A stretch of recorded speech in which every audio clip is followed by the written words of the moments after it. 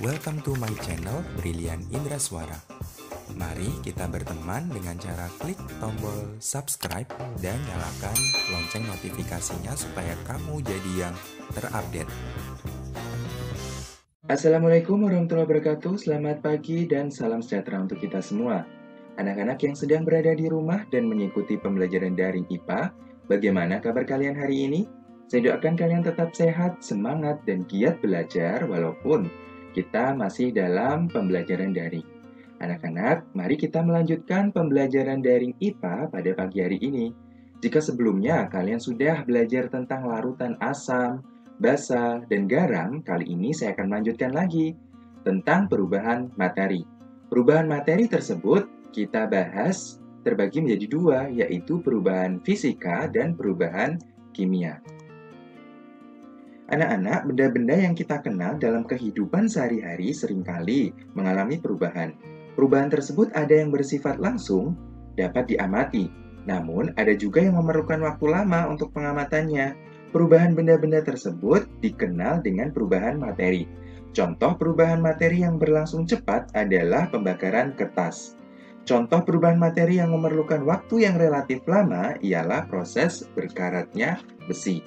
Sebelum lebih jauh membahas tentang perubahan materi, kalian perlu mengetahui tentang sifat-sifat zat terlebih dahulu, anak-anak. Sifat-sifat benda sangat penting diketahui untuk membedakan perubahan-perubahan yang terjadi pada benda tersebut. Sifat-sifat benda secara garis besar dibedakan menjadi dua, yaitu sifat fisika dan sifat kimia. Sifat fisika adalah sifat yang berkaitan dengan keadaan fisik suatu zat. Sifat fisika termasuk di dalamnya bentuk, warna, bau, kekerasan, titik didih, titik beku, titik leleh, daya hantar, ukuran partikel, serta massa jenis atau densitas. Nah, yang terakhir ini nanti kita akan bahas lebih dalam lagi, lebih detail lagi. Sedangkan sifat kimia yaitu sifat zat yang berhubungan dengan mudah atau sukarnya zat tersebut untuk bereaksi secara kimia. Sifat kimia tersebut diantaranya yang dapat bereaksi secara kimia. Seperti itu ya anak-anak. Jadi secara garis besar sifat benda dibedakan menjadi sifat fisika dan sifat kimia. Lalu anak-anak, seperti yang sebelumnya saya jelaskan tadi bahwa fokus pembelajaran kita pada pagi hari ini yaitu tentang massa jenis. Apa itu massa jenis? Massa jenis adalah menunjukkan tingkat kerapatan molekul benda tersebut. Jadi saya ulangi ya. Jadi massa jenis itu menunjukkan tingkat kerapatan molekul benda tersebut. Seperti itu. Lalu anak-anak, untuk mencari massa jenis rumusnya seperti ini. Rho sama dengan M dibagi V. Jadi ini adalah rho. Kemudian ini adalah M atau massa, sedangkan V ini adalah volume. Oke, saya tulis keterangannya di sebelah kanannya supaya kalian lebih jelas lagi keterangannya. Jadi yang ini, yang seperti huruf P ini namanya adalah rho atau massa jenis. Satuannya adalah kilogram per meter kubik. Nah, kemudian M itu adalah massa. Satuan standarnya yaitu kilogram, sedangkan V yaitu volume. Volume satuan standarnya yaitu meter kubik. Seperti ini anak-anak. Jadi massa jenis itu dapat dicari dengan membagi massa dengan volume. Anak-anak, massa jenis itu digunakan sebagai salah satu penanda zat itu. Ya, ini kata kuncinya. Jadi salah satu penanda zat itu atau identitas zat tersebut itu kita perlu tahu apa massa jenisnya, berapa massa jenisnya. Contohnya seperti ini, saya sudah sajikan tabel massa jenis suatu zat. Misalkan seperti ini anak-anak, saya punya besi. Nah, besi itu walaupun 1 gram, 1 kilo, 1 ton, 1 kuintal, massa jenisnya yaitu 7.900 meter kubik. Atau bisa juga dalam bentuk satuan yang lain, gram per centimeter kubik, yaitu 7,9.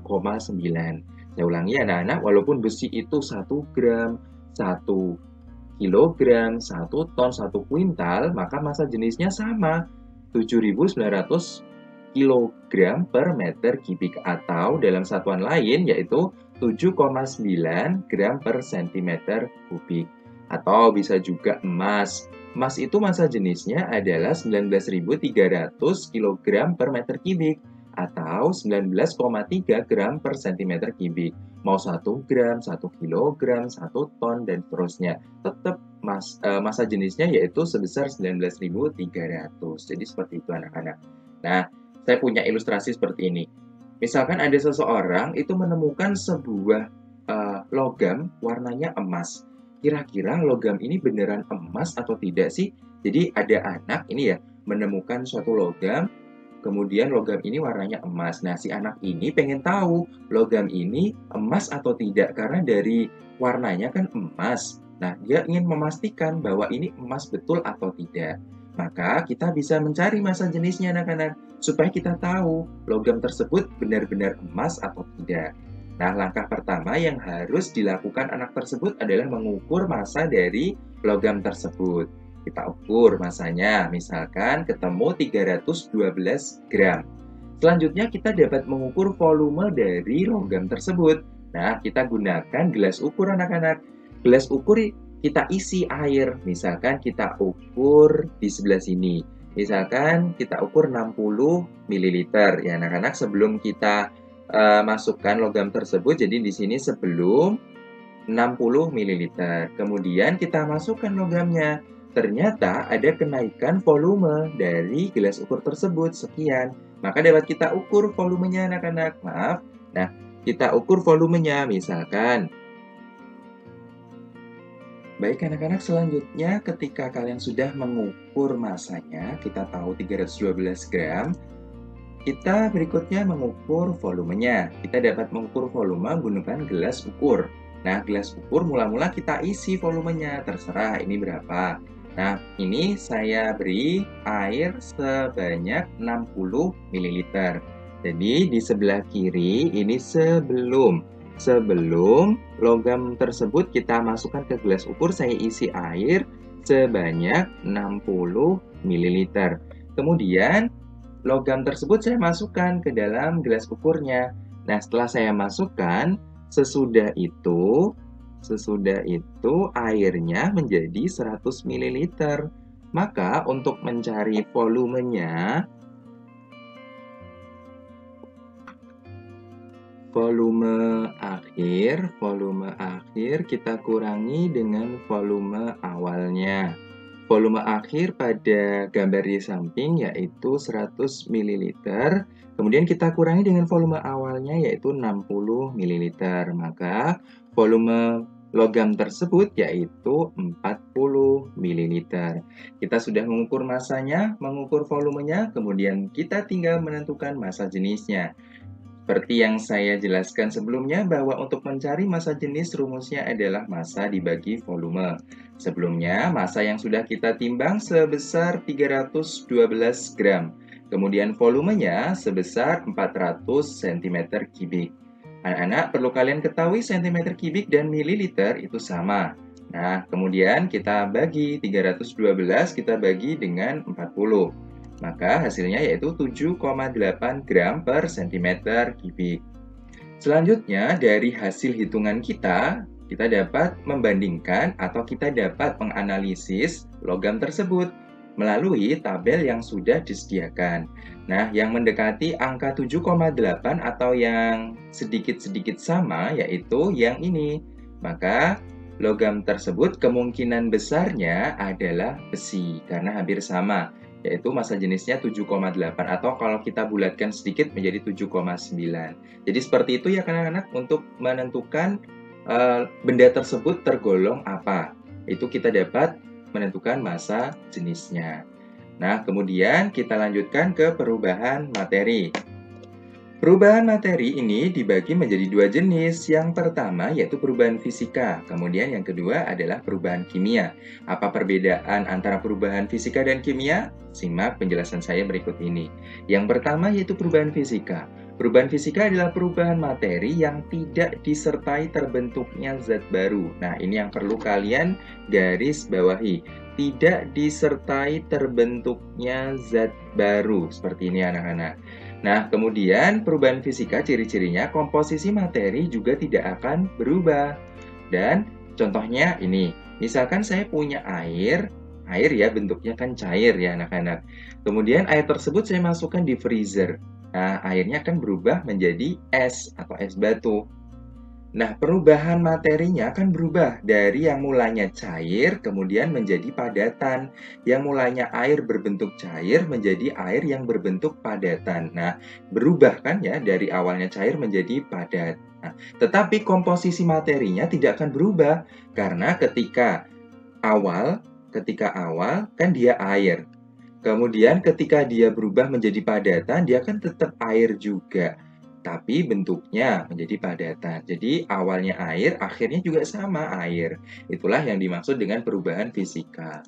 Kemudian perubahan kimia. Perubahan kimia adalah perubahan materi yang disertai terbentuknya zat baru. Kemudian komposisi materi juga akan berubah. Contohnya kayu. Nah, kayu ini ketika kita bakar, dia akan menjadi arang. Nah, ketika sudah menjadi arang anak-anak, ini materinya sudah tidak seperti awalnya. Jadi yang mulanya ini adalah kayu yang mempunyai susunan selulosa, kemudian ketika sudah jadi arang, dia berbentuk karbon. Jadi susunan materinya atau komposisi materinya dia sudah berubah. Yang mulanya selulosa, dia menjadi karbon. Kalau tadi perubahan fisika kan tidak. Yang mulanya air, dia tetap jadi air. Tapi wujudnya berubah. Ya, seperti itu. Nah, itulah perbedaan perubahan fisika dan perubahan kimia. Nah, bagaimana kita mendalami lagi sih perubahan kimia itu ciri-cirinya apa? Ciri-ciri yang pertama yaitu terbentuknya zat baru, seperti yang saya jelaskan sebelumnya. Kemudian yang kedua, dia terbentuknya gas. Yang ketiga, terbentuknya endapan. Yang keempat, terjadinya perubahan warna. Dan yang kelima, terjadinya perubahan suhu. Nah, anak-anak, kita sudah sampai di penghujung pembelajaran di pagi hari ini. Kalian akan saya beri tugas. Nah, tugasnya, percobaan berikut dilakukan untuk memperkirakan massa jenis suatu benda. Setelah ditimbang, benda dimasukkan ke dalam gelas ukur. Tentukan massa jenis benda tersebut, seperti yang saya jelaskan sebelumnya. Nah, ini saya punya benda yang warna hijau ini, ketika saya ukur massanya, dia seberat 250 gram. Kemudian ketika sebelum saya masukkan ke gelas ukur, dia sekian, kemudian setelah saya masukkan, dia sekian. Nah, kalian ukur berapa massa jenisnya. Ya, seperti itu anak-anak. Kalau kalian bingung, bisa kalian putar kembali video saya yang tentang massa jenis tadi.